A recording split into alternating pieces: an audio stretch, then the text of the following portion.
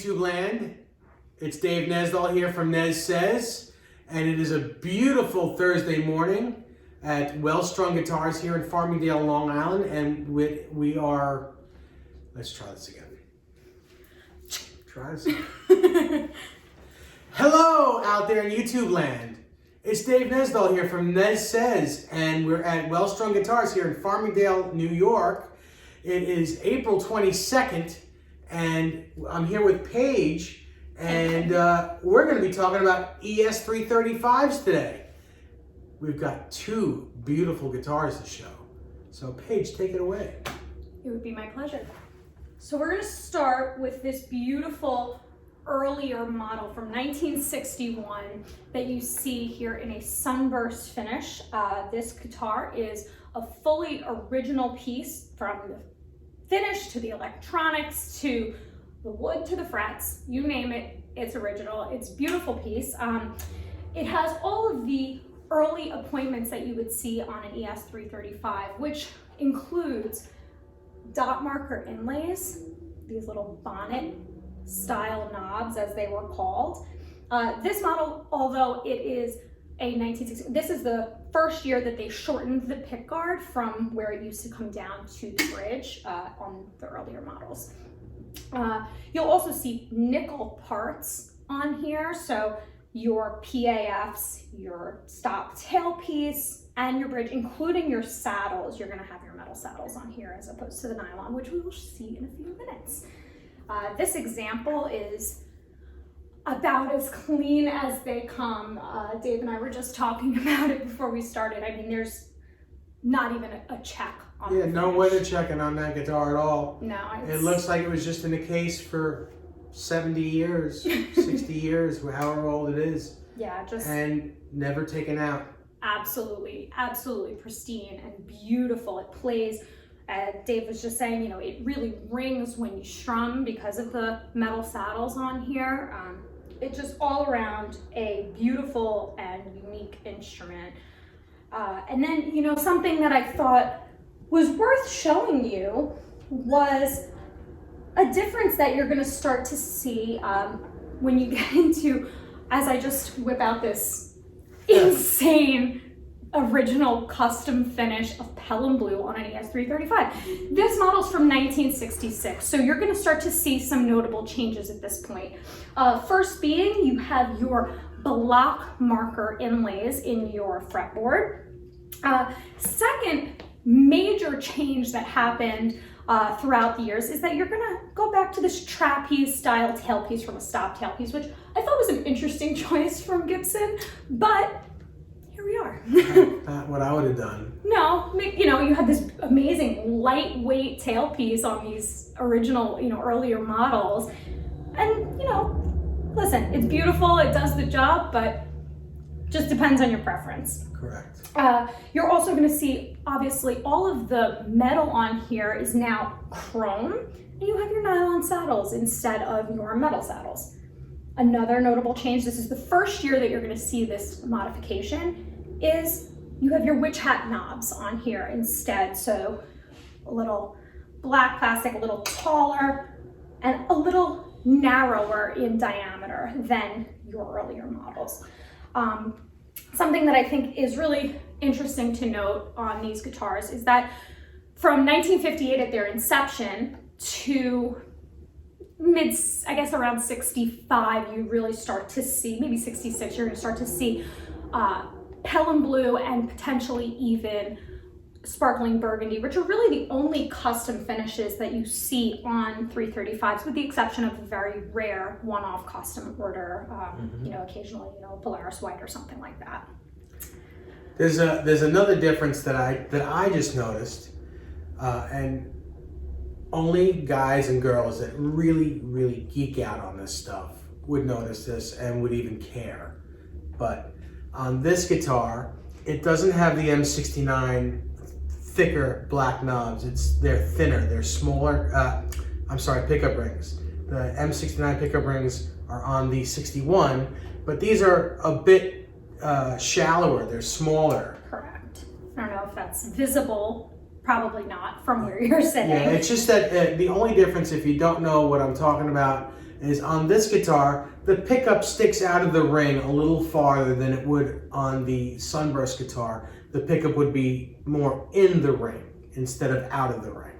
Correct. Yeah, so, just on the earlier models, from 1958 to I believe 60 was natural finish, so a blonde or natural finish or a sunburst finish, and then they introduced cherry, and then later on came about these Pelham Blues, sparkling burgundies, and like I said, the one-offs of the world. So all around, again, another extremely clean, unfaded example. And I know that the common misconception with Pelham Blue when it fades a little bit to a green is that, oh, it's Inverness green. But you just pop a tuner or take the pickguard off, you'll see like on even the greenest of Pelham Blue finishes, it's Pelham Blue. Yeah, yeah. And this guitar is also beautiful. I believe this guitar also has a narrower neck at the nut, tiny bit narrower.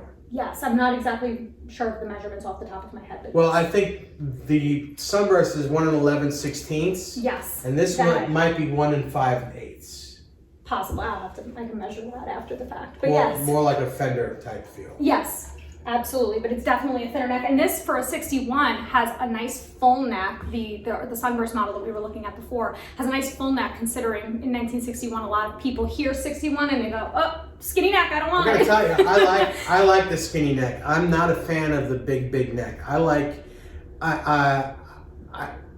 Well, either way, I could and will play a guitar with a big neck or a skinny neck, but I do prefer the skinny neck. I've got small hands, so. But yeah, so these are just two pristine examples that we have in the shop. We do have, variations of all different ES models in the store. We're very, very fortunate to have them. And again, we have as early as 1958 in the store. So if there's something that you're looking for, you even have a tenor. You have a 4-string. We sure do. It's amazing. Like, is that Daryl Hall's old guitar? Not to my knowledge, no. Because I know he has or had one, and you could see him playing that exact guitar. Yeah, let's grab it. Okay. Take a look at it. You could see him playing that guitar in the Central Park Hall & Oates concert from like 1982. Interesting. I suppose you never know. Now, talk about a skinny neck. I mean, how unique is this with the bow tie? I've never seen one up close. The flame on this is like you're looking at a Les Paul top. It's crazy. You know what's interesting? They actually called this an EB2 tenor guitar. Oh, okay. Which I suppose, 6 of one, half a dozen another. But my favorite are the PAFs. Yeah, they're these little mini ones. Real PAFs with 4 pole pieces. Yep. It's insane. It's a real unique kind of, one. I until you just said what you said about the other one, I've only known about this one. But, And that may be it. You know what? My mind is going, and that's the second thing that goes when you turn 51. But I somehow, and please forgive me if I'm wrong, and I'll say I'm wrong if I am wrong, but I think I spoke to David about this once, and I think he did say this was Daryl's. Ellen, he would know. Daryl Hall from Hall & Oates. I think. So if I'm incorrect, I'll correct myself on the next film. Yeah. So as you can see, just based on the fact that I'm holding a tenor ES guitar, we have quite a variation of instruments as far as the electric Spanish Gibsons are concerned. So. My God. Can I take a look at that? You sure can. It's like a baby. Wow. And you know what? As funny as it sounds, this neck profile is amazing. Boy, if you could fit 6 strings on this thing, I know it sounds, and it's tuned like a violin. Yeah, essentially. Wow. Yeah, that's a unique one, and that one has beautiful finishes in the wood. I mean, it's nutty. This is crazy beautiful. Yeah, I happen to love that one, and it's just such an oddball I mean, what's not to love? And it has a stinger. It sure does. Black headstock. That's amazing. Yeah, everything about this guitar is a little bit of an anomaly, but I love it. I really do. I think it's just such a unique piece, and every time we post something on our Instagram account or do a video or anything from in store, the number one comment is, "What's that guitar with that skinny neck on on the wall behind it?" It's beautiful. Yeah. It's absolutely beautiful.